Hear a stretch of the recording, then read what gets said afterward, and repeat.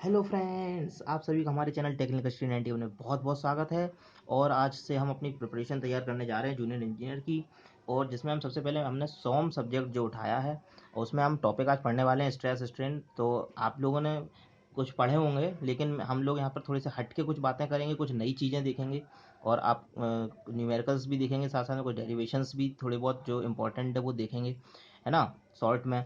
और बाद में लास्ट में हम लोग आपकी जो क्या कहते हैं कुछ प्रैक्टिस क्वेश्चंस होंगे वो हम लगाएंगे अच्छे अच्छे, ठीक है। तो आप लोग बने रहिएगा फटाफट, ठीक है।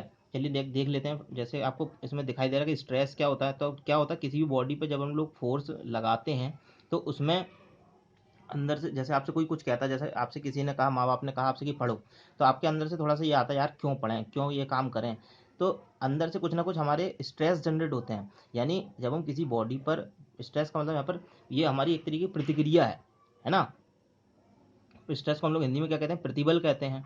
तो बल के विपरीत दिशा में या बल की प्रतिक्रिया में लगाया गया बल ही प्रतिबल कहलाता है। कोई बल अगर हमने लगाया है, उसकी प्रतिक्रिया में लगाया गया बल ही क्या कहलाता है, प्रतिबल कहलाता है, ठीक है। तो आप लोग यहाँ पर बात समझ में आ पा रहा है। तो स्ट्रेस जो है, तो स्ट्रेस जो है हमारा क्या कहलाता है, ये हमारा एक तरीके का रेजिस्टेंस होता है। तो इसे हम अगर डिफाइन करें तो इट इज द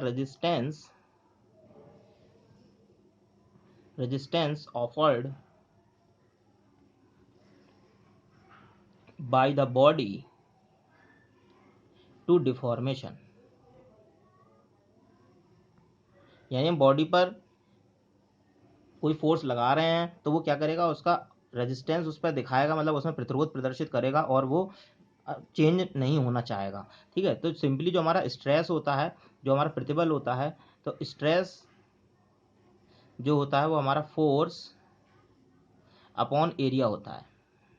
ये आपको पता है, ठीक है। कई चीज़ें आपको हो सकता है पहले से ही पता होंगी, लेकिन अब हम बिल्कुल ट्रेडिशनल तरीके से तैयार कर रहे हैं, इसलिए यहाँ पर आपको समझना होगा। तो फोर्स का यूनिट आपको पता है क्या होता है, फोर्स का यूनिट हमारा न्यूटन होता है। क्लियर है ना बात। फोर्स का यूनिट हमारा क्या होता है, न्यूटन। और एरिया का यूनिट मीटर स्क्वायर। तो न्यूटन प्रति मीटर स्क्वायर, देखिए 1 न्यूटन प्रति मीटर स्क्वायर जो होता है हमारा यूनिट की, अगर मैं बात करूँ यहाँ पर, तो 1 न्यूटन प्रति मीटर स्क्वायर जो होता है वो हमारा 1 पास्कल के बराबर होता है, ठीक है। 1 न्यूटन प्रति मिलीमीटर स्क्वायर जो होता है वो हमारा 1 मेगा पास्कल के बराबर होता है। बात समझ में आ पा रही है आपको। ये बात आप लोग ध्यान रखिएगा और ये मैं बार बार नहीं बताऊंगा, ठीक है। एमपीए कहते हैं इसे। और 1 जीपीए जो होता है, जीपीए वो आपका होता है 10 की घात 3 न्यूटन प्रति एम स्क्वायर, ठीक है। आपके न्यूमेरिकल्स में ये आएगा, तो आप लोग यहीं पर अभी समझ लीजिएगा। तो आपको बात समझ में आ पा रही है, न्यूटन प्रति मीटर स्क्वायर या न्यूटन प्रति मिलीमीटर स्क्वायर। तो हम न्यूटन प्रति मिलीमीटर स्क्वायर यानी एमपीए को न्यूटन प्रति मिलीमीटर स्क्वायर ही कहते हैं, ठीक है। क्लियर हो रही है आपको बात यहाँ तक। तो आपको यूनिट भी पता चल गया है कि हमारा क्या होता है, ठीक। तो आपके देखिए स्ट्रेस जो है, आपके नॉमिनल स्ट्रेस होता है आपका एक। स्ट्रेस वैसे कई तरीके के हैं, तो हम यहाँ पर इंजीनियर स्ट्रेस या नॉमिनल स्ट्रेस कहते हैं इसे। नॉमिनल स्ट्रेस को ही इंजीनियर स्ट्रेस कहा जाता है।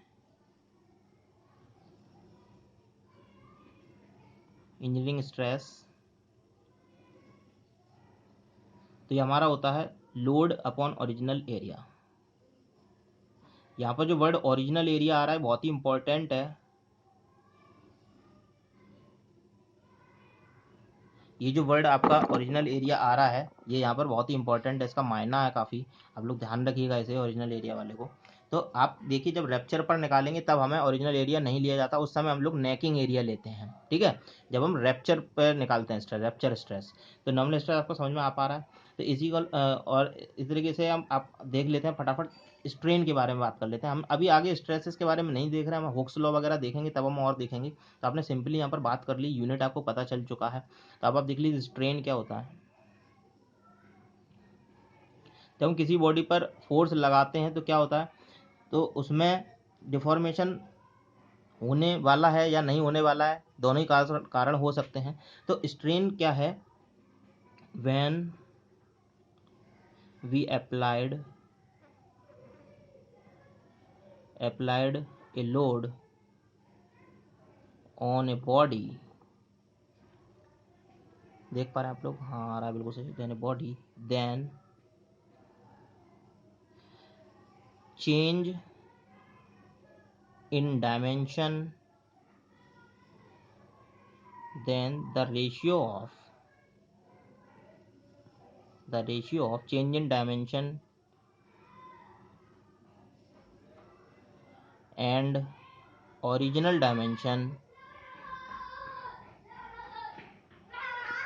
dimension is known as strain। ठीक है, आप इसे फार्मूले के रूप में भी लिख सकता था मैं फटाफट, तो आप स्ट्रेन का फार्मूला समझ लीजिए। स्ट्रेन का फार्मूला क्या हो जाएगा, change in dimension,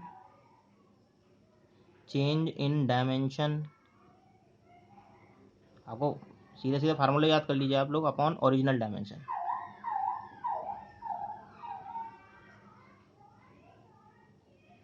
I think आप देख पा रहे हैं, तो थोड़ा सा और तेजी से हमें पढ़ाना है, तो आप यहाँ पर समझ पा रहे हैं, यहाँ पर आपको बात समझ में आ पा रही है, तो दोनों का यूनिट सेम है, तो यहाँ पर ये हमारी यूनिट लेस क्वांटिटी हो जाएगी,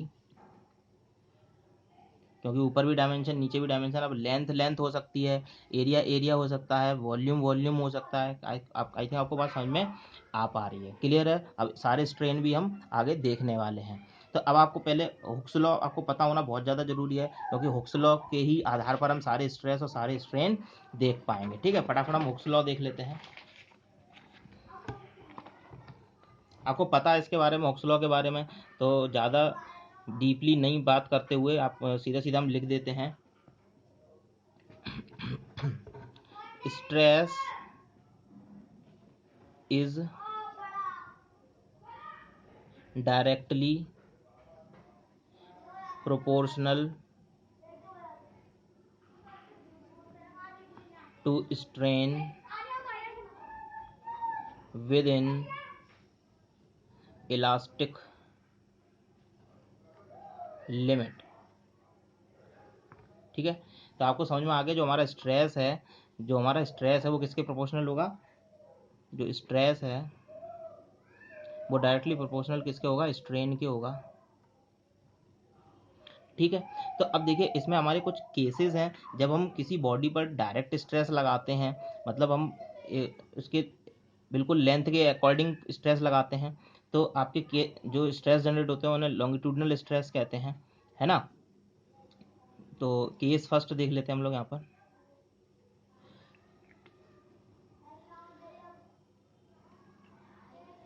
when force applied longitudinally,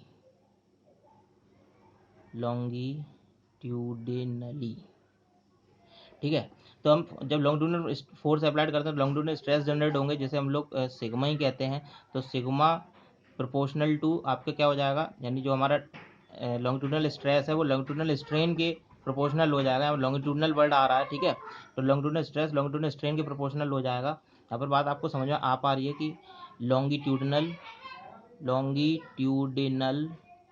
stress is proportional to longitudinal strain. ठीक है, तो आप सिग्मा, तो यहाँ से जो प्रोपोर्शनलिटी हटती है तो कांस्टेंट आता है ई, इसी को हम लोग यंग मॉडुलस कहते हैं। यही ई क्या है हमारा, यंग मॉडुलस है। ठीक है, या मॉडुलस ऑफ इलास्टिसिटी भी हम इसे कहते हैं, modulus of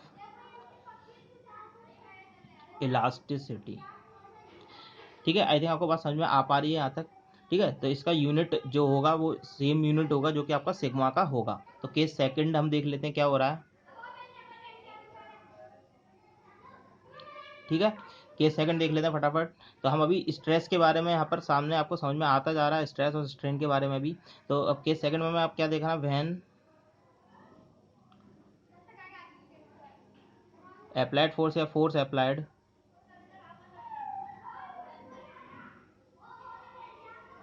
on its surface और शेयर फोर्स अप्लाइड।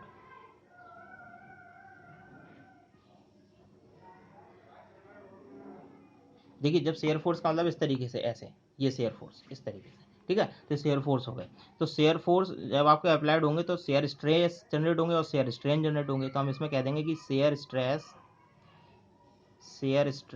थोड़ा तेजी से और पढ़ाते हैं, shear stress directly proportional to shear strain. तो शेयर स्ट्रेस और प्रोपोर्शनल टू शेयर स्ट्रेन हो गया। तो जब यहाँ प्रोपोर्शनलिटी हटेगी तो कांस्टेंट आ जाएगा। इसी को हम लोग क्या कहते हैं, बताइए फटाफट, जी को क्या कहते हैं? मॉडुलस ऑफ रिजिडिटी कहते हैं इसी को, मॉडुलस ऑफ रिजिडिटी। ठीक है, तो आपसे कोई मॉडुलस ऑफ रिजिडिटी का फार्मूला पूछेगा तो आप बता देंगे जी इक्वल टू टॉ ओवर 5, कोई दिक्कत नहीं है। ठीक है, इस तरीके से यहाँ पर आप यंग मॉडुलस का फार्मूला बता देंगे, सिग्मा ओवर ई, यानी longitudinal stress upon longitudinal strain, यहाँ पर shear stress upon shear strain. आई थिंक आपको बात समझ में आ पा रही है। केस थर्ड देख लेते हैं। तो केस थर्ड हमारा क्या कहता है, जब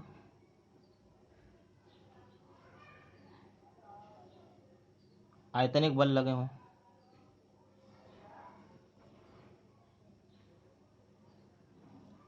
है ना, when the force applied force are volumetric, volumetric हमारे फोर्स लगे होंगे तो हमारा वॉल्यूमेट्रिक स्ट्रेस जो होगा वो वॉल्यूमेट्रिक स्ट्रेन के प्रोपोर्शनल हो जाएगा।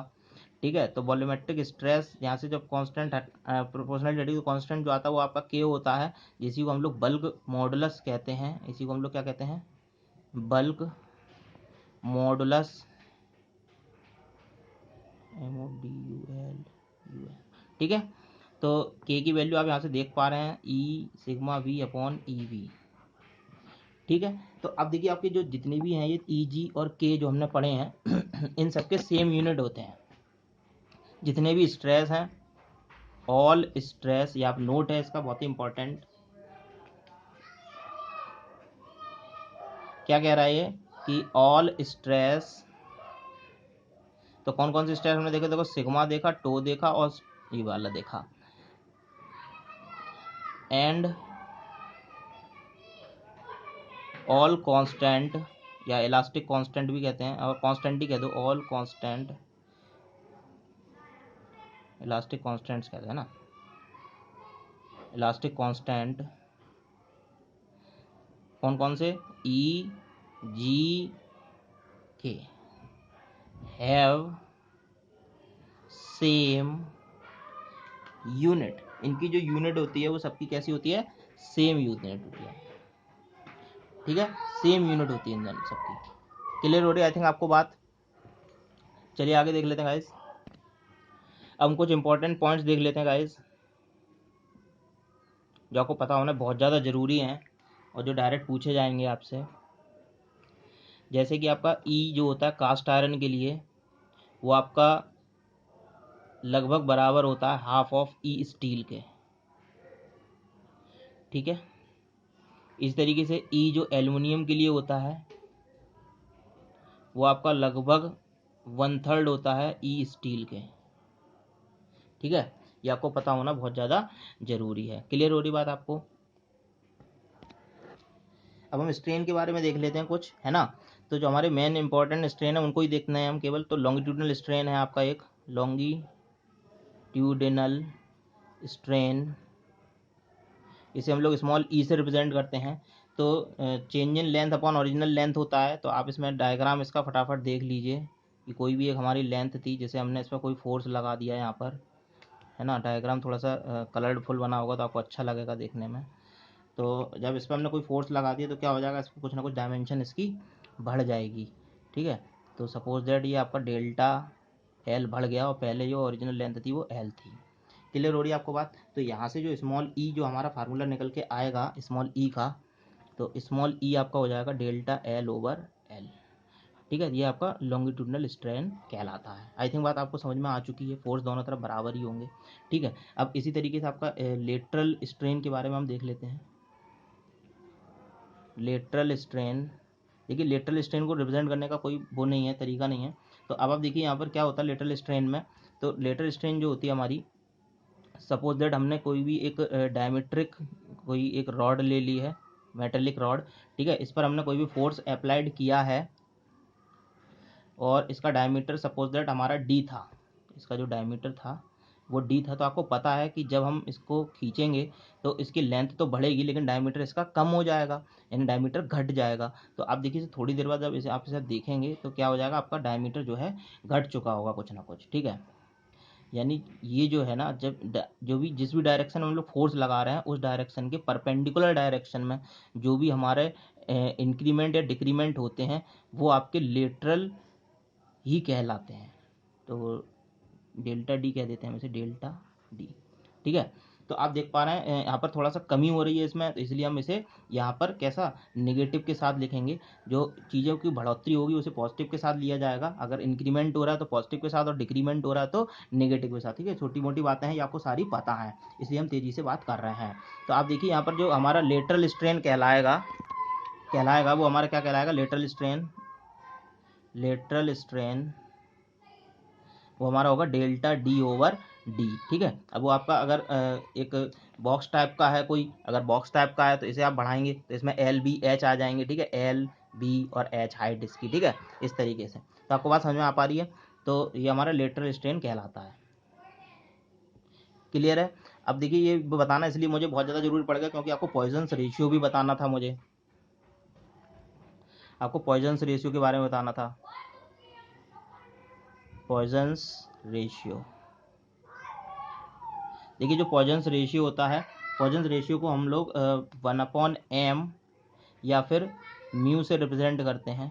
ठीक है, फार्मूला डायरेक्ट हम देख लेते हैं। तो ये रेशियो जो होता है, तो पॉइजन्स रेशियो जो होता है ना मेरे भाई, वो आपका रेशियो होता है किसका, lateral strain upon longitudinal strain. ठीक है, lateral strain upon longitudinal strain. आई थिंक आपको बात समझ में आ पा रही है। अगर याद रखने के लिए तो लंबा वाला नीचे होता है, ऐसे याद रखने का कुछ तरीका आप याद रख लीजिए। लंबा वाला नीचे होता है, बच्चे इसमें गलत कर देते हैं, लंबा वाला नीचे होता है, नीचे होता है। तो आपके शायद लंबा वाला नीचे ही है। ठीक है, याद करने का कुछ तरीका है ये। तो लेटरल स्ट्रेन के बारे में आपको पता है, लेटरल स्ट्रेन जो है हमारा डेल्टा डी अपॉन डी। अब देखिए कोई चीज़ अगर बढ़ रही है तो दूसरी चीज़ घटेगी। अब देखिए यहाँ पर डेल्टा एल, अगर मैं बात कर रहा हूँ कि डेल्टा एल की अगर यहाँ इंक्रीमेंट हो रहा है तो डेल्टा डी का डिक्रीमेंट हो रहा है कि नहीं हो रहा है, यानी ये वैल्यू आपकी नेगेटिव साइन के साथ ली जाएगी, और डेल्टा एल बढ़ रहा है तो आपका ये पॉजिटिव साइन के साथ लिया जाएगा। क्लियर हो रही बात। इसलिए यहाँ पर लेटरल स्ट्रेन जो है, तो लेटरल स्ट्रेन जो है आपके कितना आ जाएगा, minus delta D upon D आ जाएगा, या डेल्टा एच अपॉन एच, या डेल्टा बी अपॉन बी, जो भी आप बोल रहे हैं। लॉन्गिट्यूडनल स्ट्रेन यहाँ पर डेल्टा एल अपॉन एल आ जाएगा, यहाँ पर 1/m है, और इस पूरे मसाले को हम लोग स्मॉल ई लिख सकते हैं।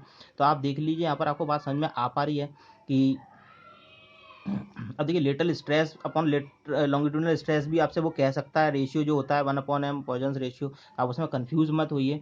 तो यहाँ से आप देख लीजिए कि डेल्टा डी अपॉन डी की वैल्यू या 1/m की ही वैल्यू अगर मैं पूछूँ आपसे, तो आप इसमें बता सकते हैं कि minus delta D upon D और इंटू 1/e। ठीक है, या मैं आपसे कह सकता हूँ कि अगर यहीं लेटरल स्ट्रेन का फार्मूला आपसे कोई पूछने लगे तो आप इसमें बोलेंगे माइनस का E upon M. I think आपको बात समझ में आ पा रही है, ये काफ़ी यूज़ होगा। ठीक है, इसलिए आपको माइनस ई अपॉन एम पता करना बहुत ज़्यादा ज़रूरी है। तो आई थिंक आपको ये सारी बातें समझ में आ चुकी हैं।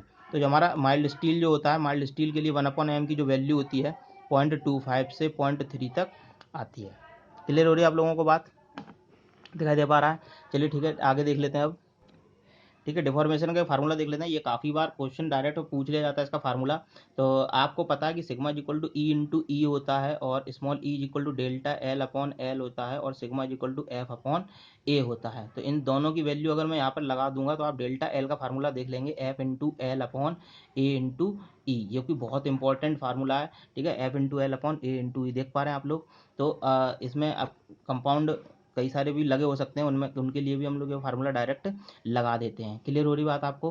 तो अब देखिए इसमें क्या है कि अगर हम सेल्फ वेट के कारण अगर देखें यहाँ पर, तो इसमें आपका कुछ ये नया टॉपिक चालू हो चुका है। तो आप देख लीजिए कोई भी एक हमारा एक बॉडी है, तो इस बॉडी जो हमने लटका रखी है, इस बॉडी को, इसकी पूरी लेंथ जो है एल है। तो आप इसका बताइए सेल्फ वेट क्या होगा। Elongation due to self weight ऐसे समझ सकते हैं आप, एलोंगेशन, मर गया ये, elongation due to self weight. ठीक है, एक ही वीडियो में सब कुछ मैं देना चाह रहा हूँ आपको। तो elongation due to self weight, देखो आपको पता है किसी भी चीज़ का जो वेट होता है उसके सेंटर ऑफ ग्रेविटी का काम करता है। तो इसका वेट जो है वो यहीं काम करेगा, इसके सेंटर ऑफ ग्रेविटी पे, जो कि इसकी डिस्टेंस यहाँ से लेके L/2 होगी। तो नीचे वाली लेंथ तो नहीं बढ़ेगी लेकिन ऊपर वाली लेंथ बढ़ेगी। तो आप अगर ये वाला फार्मूला लगाएंगे तो delta L self weight, self weight के लिए अगर आप निकालेंगे तो एफ इंटू एल अपॉन ए इंटू ए, तो यहाँ पर एफ की वैल्यू डब्ल्यू है, एफ इंटू एल की वैल्यू यहाँ पर एल बाई टू है, अपॉन ए एरिया वही है और ई भी वही है। ठीक है, इसका क्रॉस सेक्शनल एरिया कुछ भी आपको दे रखा होगा, क्रॉस सेक्शनल एरिया, ठीक है, और ये आपको पता है यंग मॉडुलस है। क्लियर हो रही बात आपको? तो यहाँ से आप देख सकते हैं डब्ल्यू इंटू एल अपॉन ए इंटू ई या टू ए ई, ये आपका आंसर आ रहा है। क्लियर हो रही है आप लोगों को बात?